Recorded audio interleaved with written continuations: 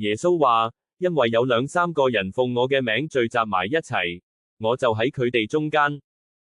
喺屋企傳福音嘅建議，設定一個適合你嘅固定星期同時間，咁你就唔會俾人打斷。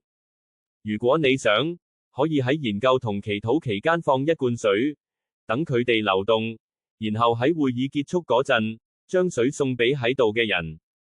開始研究嘅時候，講一句祈禱，要求靈性朋友嘅支持。同研究參與者討論你讀嘅主題，凸顯道德教導。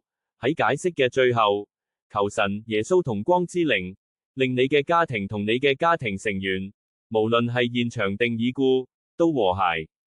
喺呢一刻，想像下人、統治者同受苦嘅人之間，身體同靈魂之間嘅和平。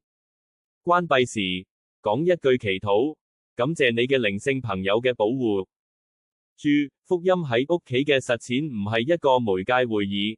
想喺媒介會議上工作嘅媒介，專門研究呢個主題，應該去靈魂主義中心。